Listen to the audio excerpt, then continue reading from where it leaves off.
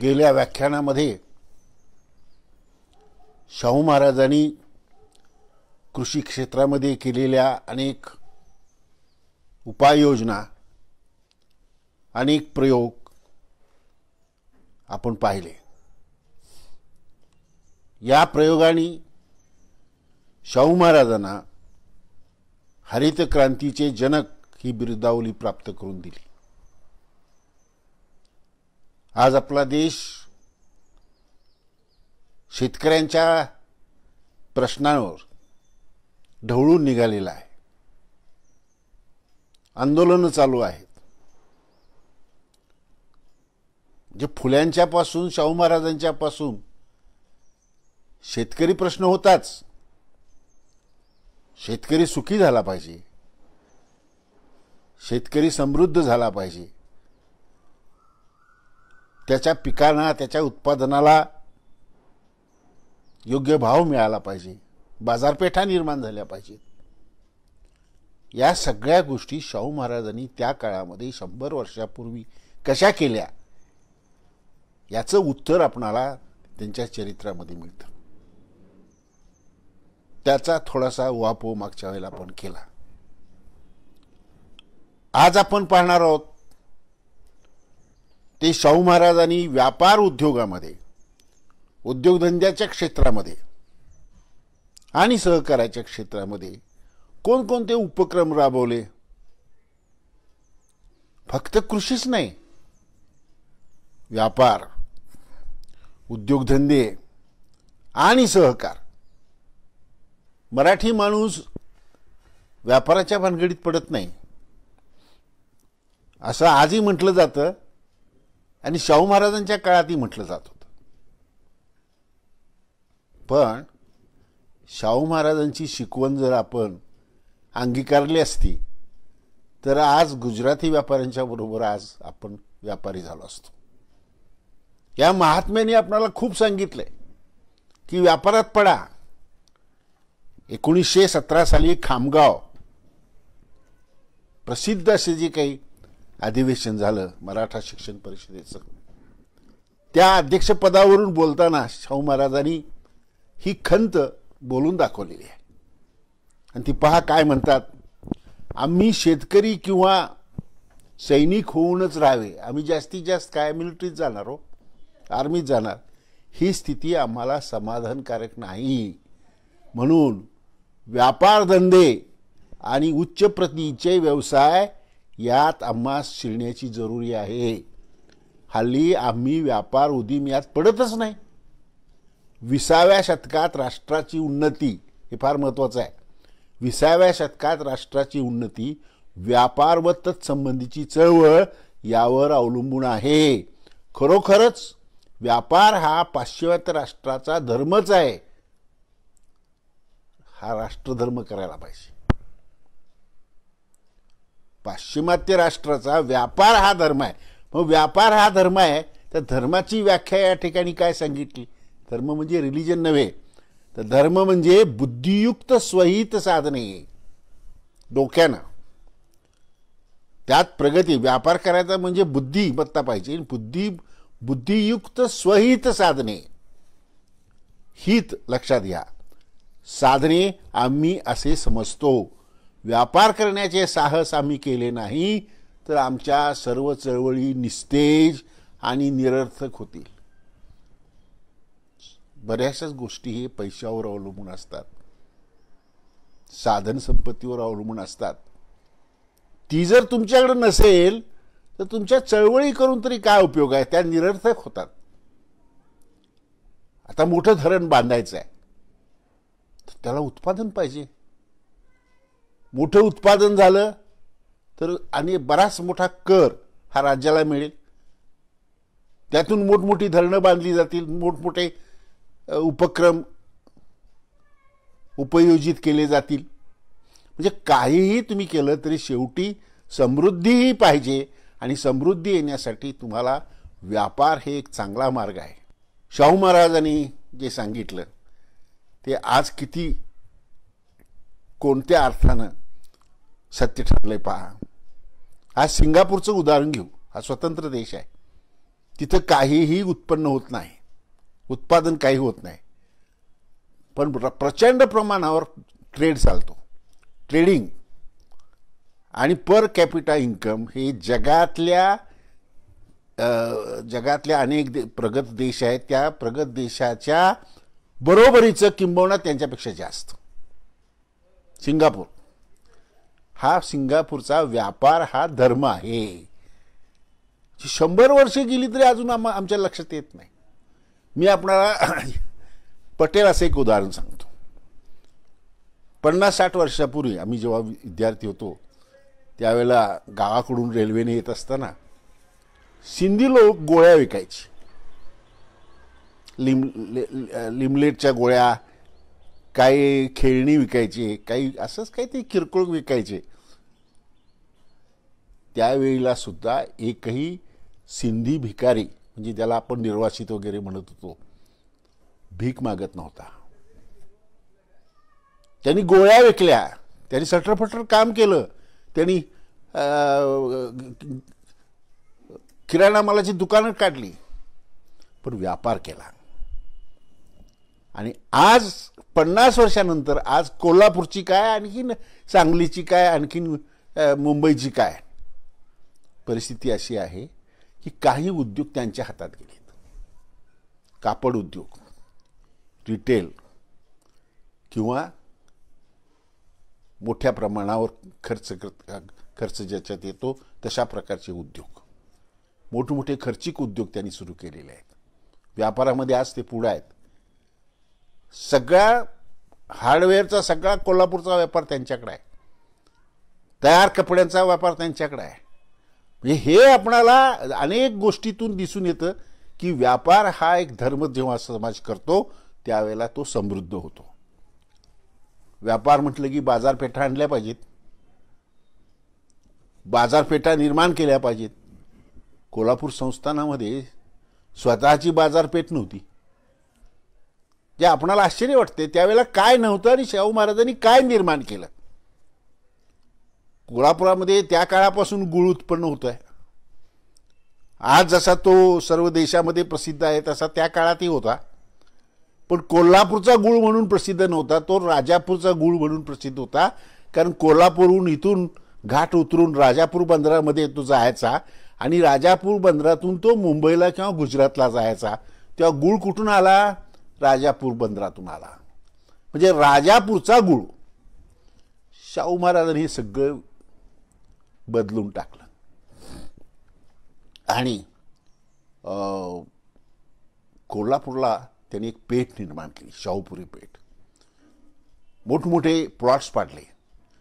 निपाणी, शिरोळ, गडिंग्लज, अन्य ठिकाणचे संस्थानाबाहेरचे व्यापारी त्यांना ते प्लॉट्स दिले आणि म्हणाले तुम्ही या ठिकाणी वखारी काढा.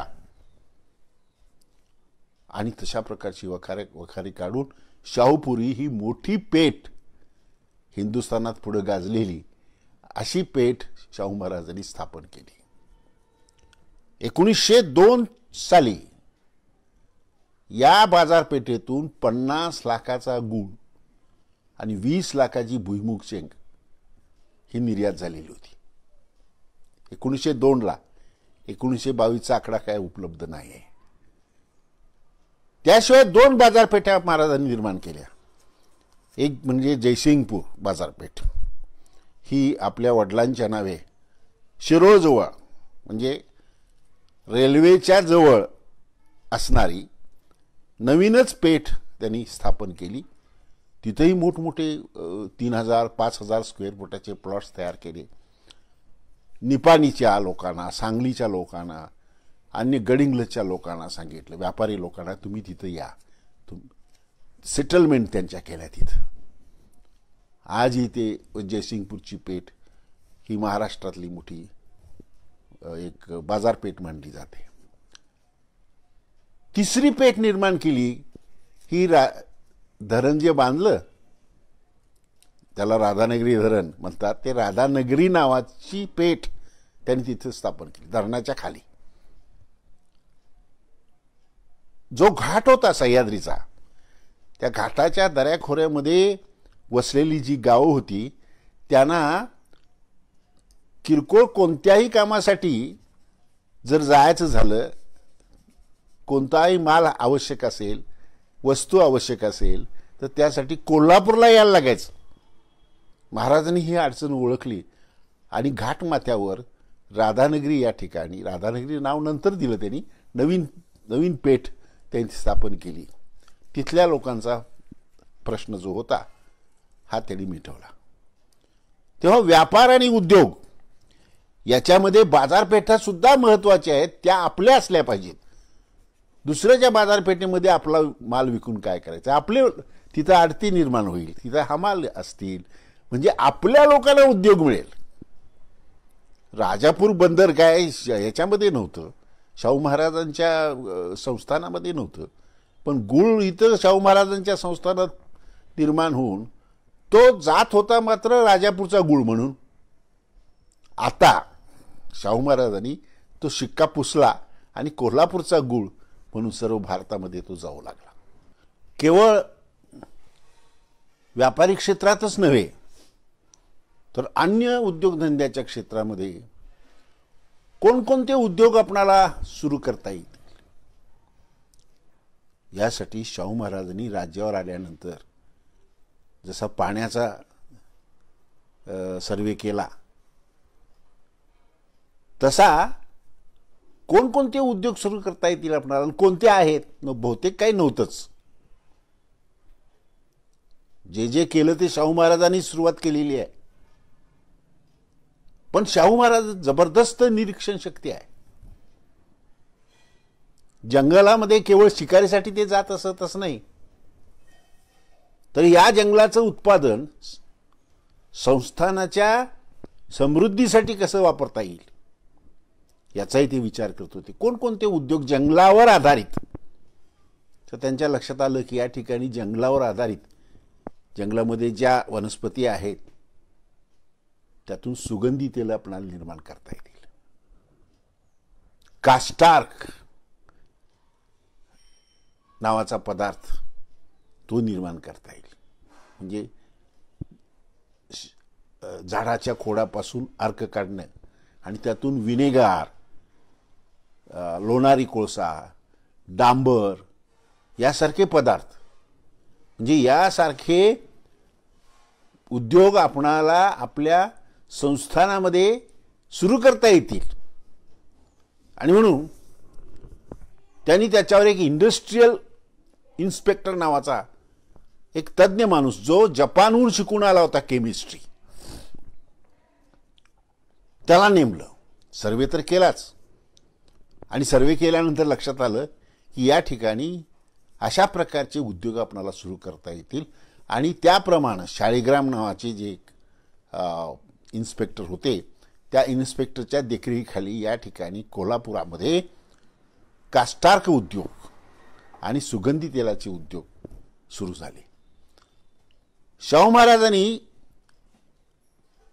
या ठिकाणचं सुगंधी तेल म्हैसूरच्या राष्ट्रीय प्रदर्शनामध्ये, नॅशनल एक्झिबिशनमध्ये पाठवलं आणि त्या ठिकाणी त्या तेलाचं इतकं कौतुक झालं की चांदीचं पदक त्यांना कोल्हापूरच्या संस्थानाला बहाल करण्यात आलं. आणि त्यावर अशी टिप्पणी करण्यात आली की सुगंधित औषधी तेलाचे उत्पादन करण्याचा कोल्हापूर संस्थानातील हा उद्योग एक नाविन्यपूर्ण उद्योग आहे, एक नाविन्यपूर्ण असा प्रयोग आहे.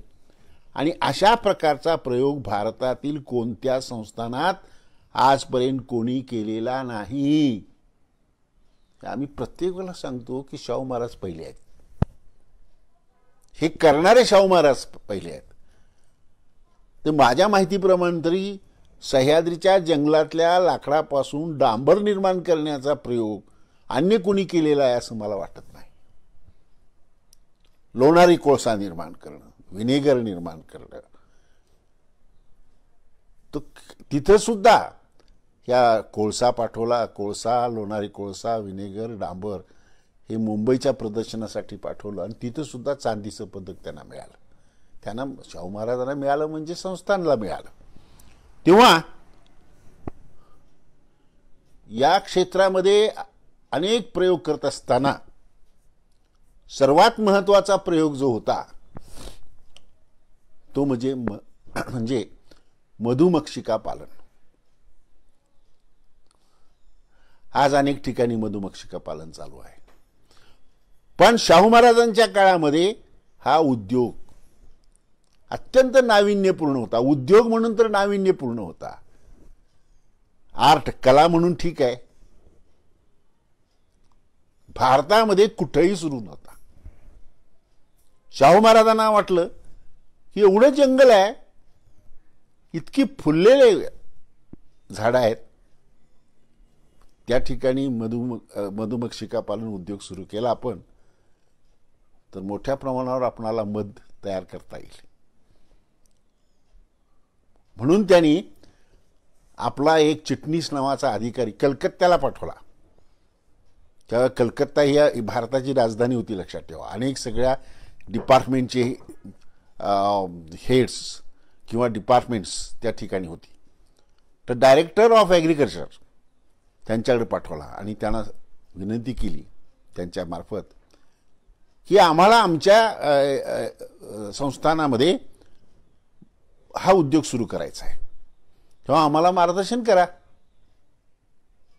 हे चिटणीस तिथे गेले, कलकत्त्याला राहिले, डायरेक्टरना भेटले. तिथल्या लोकांनी सांगितलं की अशा प्रकारचा उद्योग आम्हाला माहीत नाही, फक्त एक कोणतरी हौशी माणूस मधुमक्षिका पालन करत होता, तोही प्रयोग त्याचा बंद पडला. हे सांगत तो अधिकारी आला शाहू महाराजांना. शाहू महाराज म्हणाले, यावरचे सगळी पुस्तकं काय युरोपमध्ये असतील, कुठं काय असतील, ती सगळी गोळा करा, आणा कोल्हापूरला आणि त्याचा अभ्यास करा आणि आपल्या संस्थानामध्ये हा उद्योग सुरू करा. कशाला पाहिजे कोण?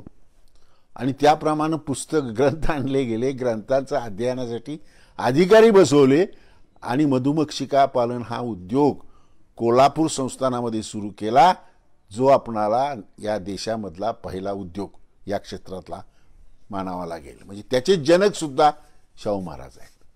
किती किती गोष्टी सांगाव्यात. होमिओपॅथी औषध हे माहीत होतं लोकांना, फक्त पंजाबमध्ये रणजित सिंहाने ते संस्थानिकांनी होमिओपॅथीला फारसा थारा दिला नव्हता. होमिओपॅथी शाहू महाराजांनी सुरू केली. हे आज होमिओपॅथीच्या विद्यार्थ्यांना सुद्धा माहीत असायला पाहिजे. तर मधुमक्षिका पालन हा जो उद्योग आहे हा भारतामधला पहिला प्रयोग आणि त्याचे जनक शाहू महाराज असं मानलं पाहिजे आपण. या क्षेत्रामधला एक मोठा प्रयोग म्हणून शाहू मिलची म्हणजे कापडाची गिरणीचा उल्लेख करावा लागेल. शाहू महाराजांना असं वाटत होतं की छोटे छोटे उद्योग ठीक आहेत, पण मुंबईला ज्याप्रमाणे गिरण्या असतात तशा गिरण्या आपल्याकडे का सुरू होऊ नयेत? म्हणजे वा केवढा मोठा, म्हणजे राधानगरीसारखं धरण, जगात धरणं आहेत, पण माझ्या संस्थानामध्ये होणारं धरण हे सर्व देशामधलं मोठं धरण ठरलं पाहिजे. माझ्या संस्थानामध्ये मुंबईच्या गिरणीसारखी गिरणी सुरू झाली पाहिजे. आणि म्हणून त्यांनी काही प्रतिष्ठित लोकांना, व्यापारी लोकांना एकत्र बोलवलं आणि सांगितलं की मी पाहिजे ते सगळं सहकार्य तुम्हाला देतो. 50,000चं भांडवल, त्या काळातले 50,000, 27 एकर जमीन, एक मोठंच्या मोठं तळं, या सगळ्या गोष्टी शाहू महाराजांनी उपलब्ध करून दिल्या.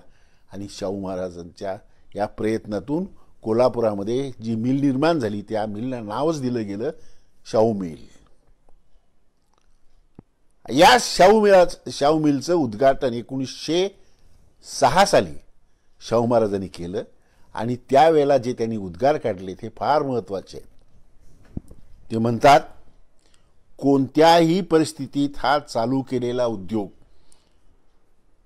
बड्या गिरणी मालकांच्या किंवा धनिकांच्या ताब्यात जाणार नाही, यासाठी कोल्हापूरच्या लोकांनी दक्ष राहिले पाहिजेत. मी ही जी मिल केलेली आहे ही कोऑपरेटिव्ह आहे. सगळ्या लोकांचं कोऑपरेशन घेऊन, सहकार्य घेऊन तुम्ही सगळे लोक एकत्र आलात आणि ही मिल उभा राहिली. जसं वसतिगृह त्या त्या जातीतल्या लोकांनी केलं असं शाहू महाराज भासवायचे. तसं इथं सुद्धा ते म्हणतायत की हे तुम्ही निर्माण केलेलं आहे, मी दिले असेल तुम्हाला जमीन, पण ही जी हा जो उद्योग आहे हा तुमचा आहे, तो कोणत्याही परिस्थितीमध्ये बड्या गिरणी मालकांच्या ताब्यात जाता कामा नये. यासाठी कोल्हापूरच्या लोकांनी दक्ष राहिलं पाहिजे आणि या उद्योगात असे यश संपादन केले पाहिजे, नुसता चालवून चालणार नाही, असे यश संपादन केले पाहिजे की जगाला हे समजून चुकायला हवे की व्यापारी तंत्रातील कौशल्य, उद्योगधंद्यातील कौशल्य हे केवळ मुंबईचीच मक्तेदारी आहे असे नाही. Mercantile monopoly is not only monopoly of Bombay. मुंबईचीच मक्तेदारी आहे व्यापार आणि उद्योगधंद्यामध्ये. ती मक्तेदारी आपण मोडायचा प्रयत्न करायला पाहिजे आणि आपल्या संस्थानामध्ये, आपल्या भूमीवर आपण उद्योगधंदे सुरू करायला पाहिजेत. अनेक उद्योगधंदे, अनेक फॅक्टरीज शाहू महाराजांच्या काळात पहिल्यांदा सुरू झाल्या. शिरोळ, इचलकरंजी, गडिंग्लज या ठिकाणी जिनिंग फॅक्टरी सुरू झाल्या. यानंतर दुसरी फॅक्टरी म्हणजे फॉन्ड्री. फॉन्ड्रीचं करजगार नावाचे होते ग्रस्त, लोहार मास्तर म्हणून होते ते. एक इंडस्ट्रीयल, राजाराम इंडस्ट्रीयल स्कूलमध्ये मोठा हुशार माणूस होता. त्याकडे बरंचसंच काम त्यांनी सोपवलेलं होतं. नुसतं पारंपरिक पद्धतीनं उद्योगधंदे करावेत याच्या पलीकडे जाऊन वेगळ्या वाटा शोधण्याचं काम शाहू महाराजांनी केलं आणि दुसऱ्यांना त्या वाटा शोधण्यासाठी उद्युक्त केलं. या लोहार मास्तरांना सांगितलं की एका बैलावर 2 मोटा चालल्या पाहिजेत, असं यंत्र सुरू करा. खरं म्हणजे एका मोठेला 2 बैल कमीत कमी लागतात किंवा 4 बैल लागतात. तर इथं महाराज म्हणाले की एका बैलावर 2 मोटा चालल्या पाहिजेत. म्हणजे या ठिकाणी अर्थात टेक्नॉलॉजीचा भाग आला. पुढं काय झालं दुर्दैवानं आपणाला माहीत नाही आहे की पुढं याचा शोध लागला की नाही. तेव्हा सॉ मिल, ऑइल मिल यासारखे उद्योग पहिल्यांदा शाहू महाराजांनी सुरू केले. त्यानंतर ट्रान्सपोर्ट कंपनी सुरू केली. त्यानंतर इलेक्ट्रिक कंपनी सुरू केली. असे किती उद्योग शाहू महाराजांनी, अगदी ज्याला बेसिक उद्योग म्हणू अशा प्रकारचे उद्योग त्यांनी सुरू केले. यामध्ये सुद्धा त्यांनी सहकार तत्वाचा अवलंब केलेला दिसतो. आपण पाहिलं की शाहू महाराजांनी शाहू मिलच्या निर्मितीमध्ये सहकाराचं तत्व अवलंबले होतं. त्या काळामध्ये सहकारावर उद्योगधंदे चालू शकतात ही कल्पना अतिशय नाविन्यपूर्ण होती. कोल्हापूर संस्थानामध्ये अनेक उद्योग सुरू झाले. त्याच्यामध्ये सहकार तत्व शाहू महाराजांनी आणलं. आपण मागं पाहिलेलं आहे 1918ला जेव्हा मुंबईच्या गिरणी कामगारांच्या समोर शाहू महाराजांनी 2 मोठ्या सभा, 2 व्याख्यानं दिली. त्याच्यामध्ये त्यांनी सहकार तत्वाचा अवलंब करा, एकीचा अवलंब करा. गवताची एक काडी लगेच मोडते, तर त्याचा दोर जर आपण वळला तर हत्तीला सुद्धा बांधता येतं असं शाहू महाराज म्हणाले. म्हणून सहकारी पेढ्या काढा, पतपेढ्या काढा, सावकाराकडे जाऊ नका, हे शाहू महाराजांनी 100-150 वर्षापूर्वी सांगितलेलं आहे. तेव्हा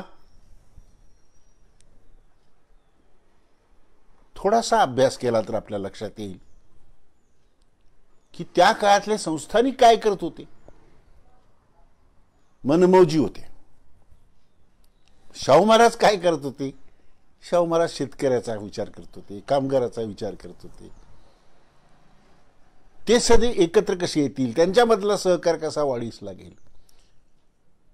तेव्हा सहकारी तत्वाचा अवलंब करणारा, त्याचा पुरस्कार करणारा हा भारतातला पहिला राजा आहे, हे आपण लक्षात घेतलं पाहिजे.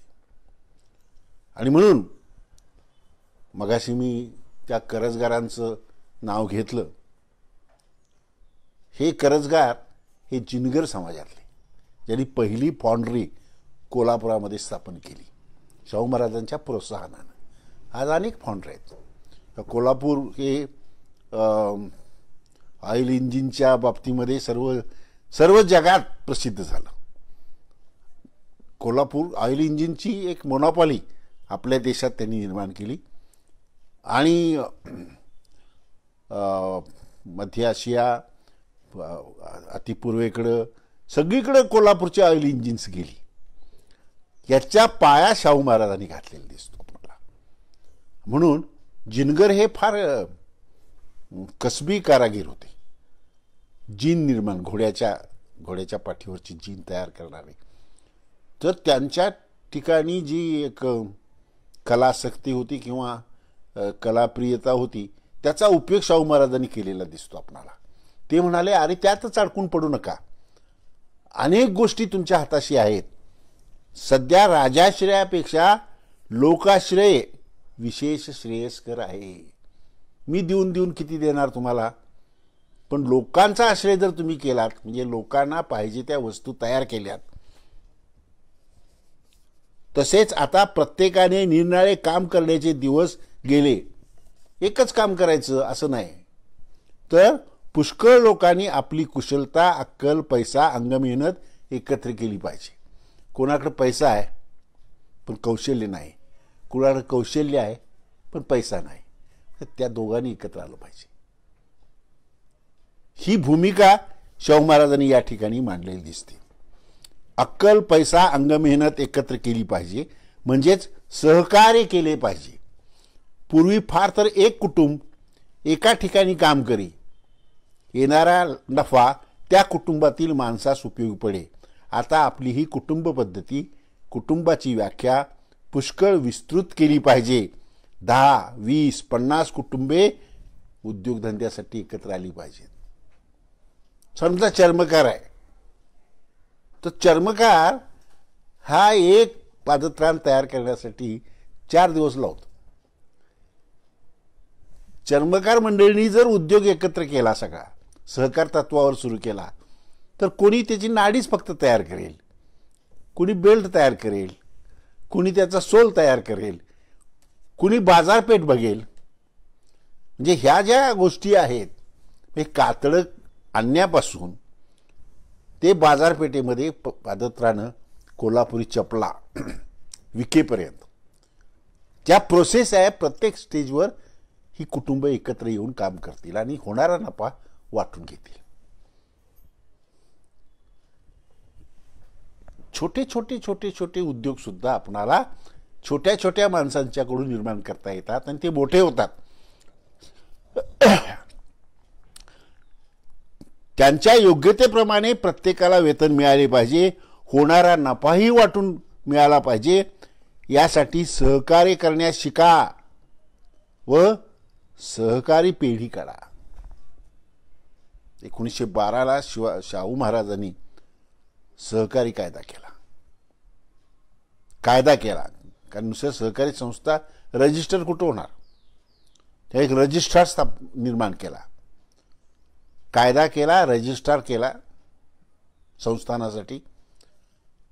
1912 पासून 1922 पर्यंत रेकॉर्ड असं सांगतंय की 37 उद्योगधंदे सहकार तत्वावर रजिस्टर झाले.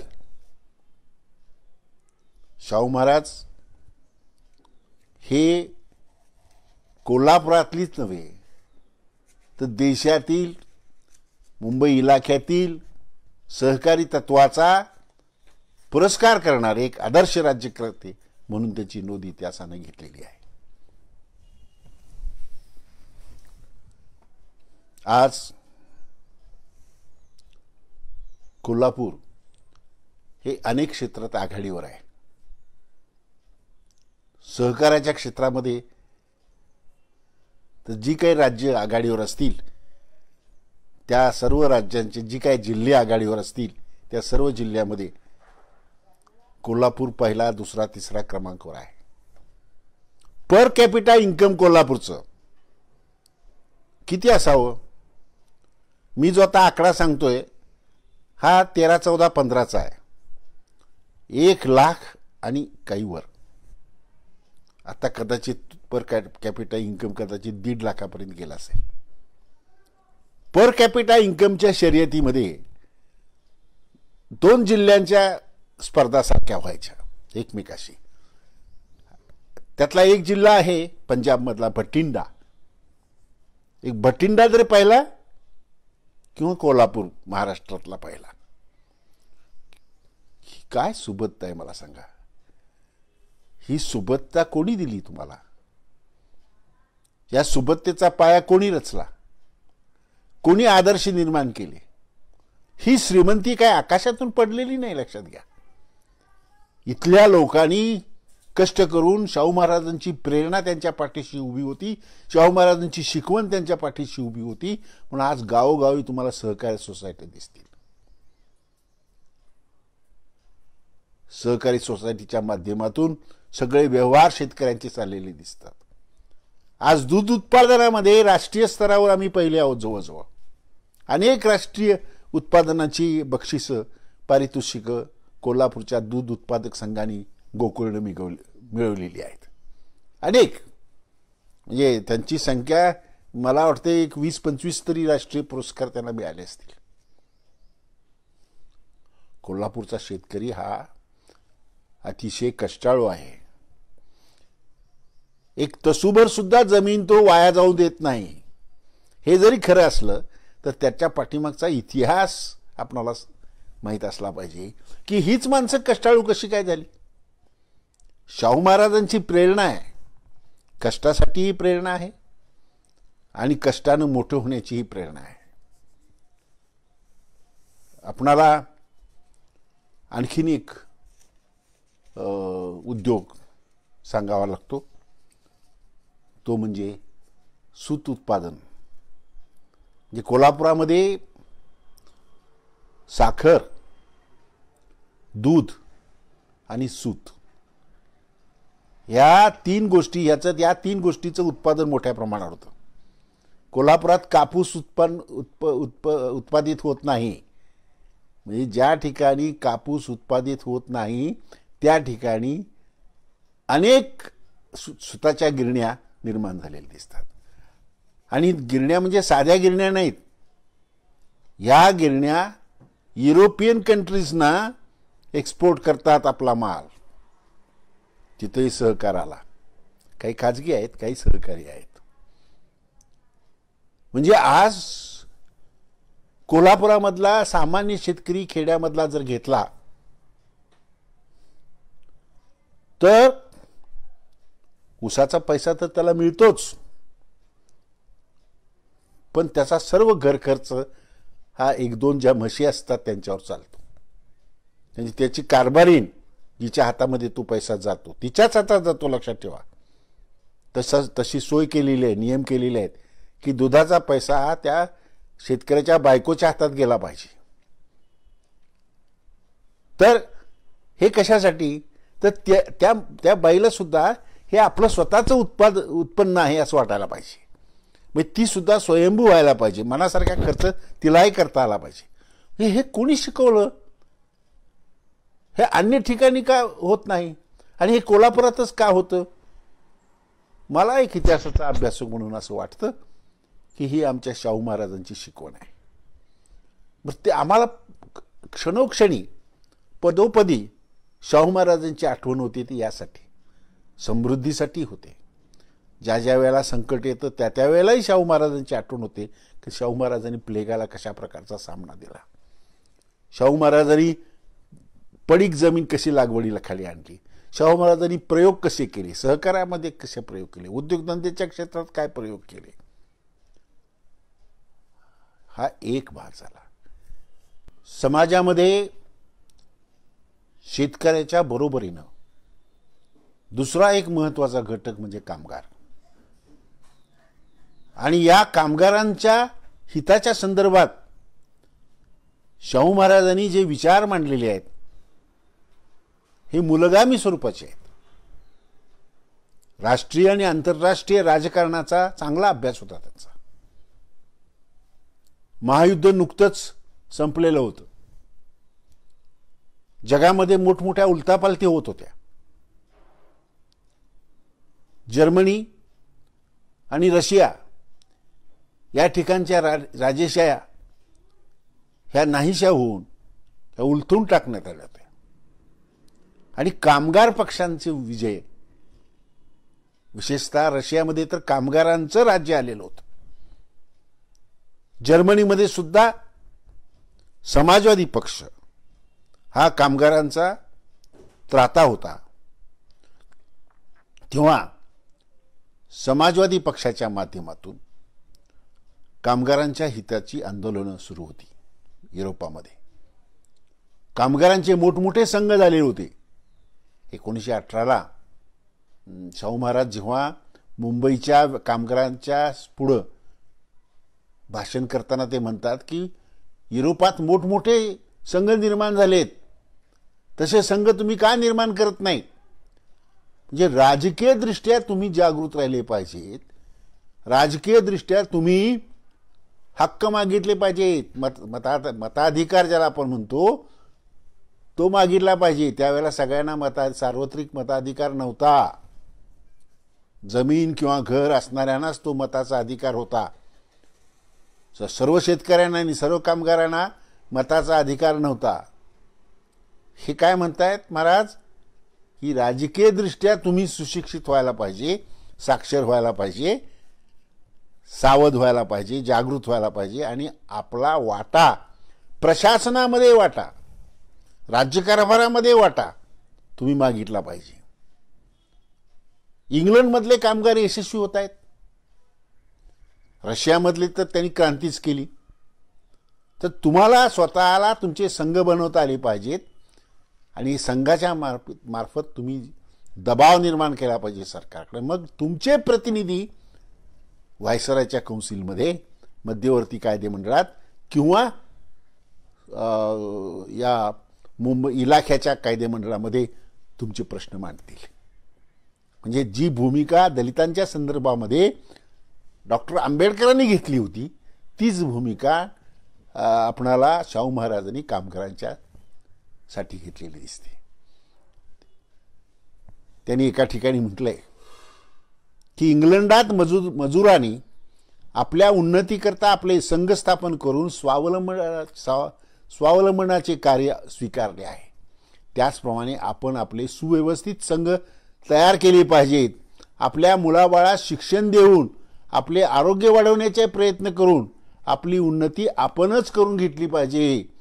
दुसरा कोणी आपल्याकरता काही करेल अशी अपेक्षा करणे केव्हाही कमीपणाचे आहे. ही गोष्ट लक्षात ठेवा. तुमची प्रगती तुम्हाला करावी लागेल.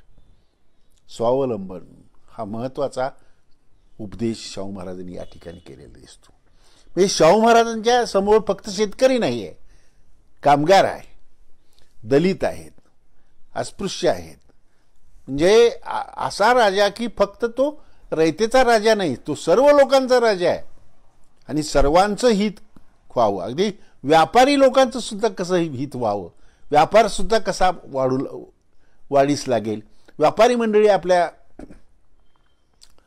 आपल्या संस्थानात कशी येतील, या गोष्टी आपणाला शाहू महाराजांच्या राजनीतीमध्ये, प्रशासकीय नीतीमध्ये आपणाला आढळून येतात. एक गोष्ट सांगायची राहून गेली आणि ती म्हणजे शाहू महाराज फक्त संस्थानापुरते पाहत नव्हते. आता ज्या सभेबद्दल मी बोललो ती सभा मुंबईला झालेली आहे.